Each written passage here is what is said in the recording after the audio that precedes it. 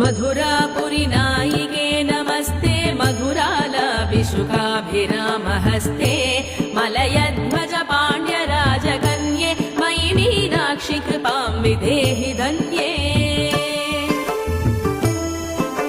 कचनिर्झितकालमेघकान्ते कमलासेवितपादपङ्कजान्ते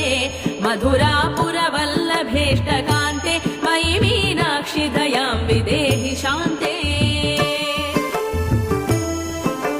कुचयुग्मविधूत चक्रवाके कृपया पालित सर्वजीवलोके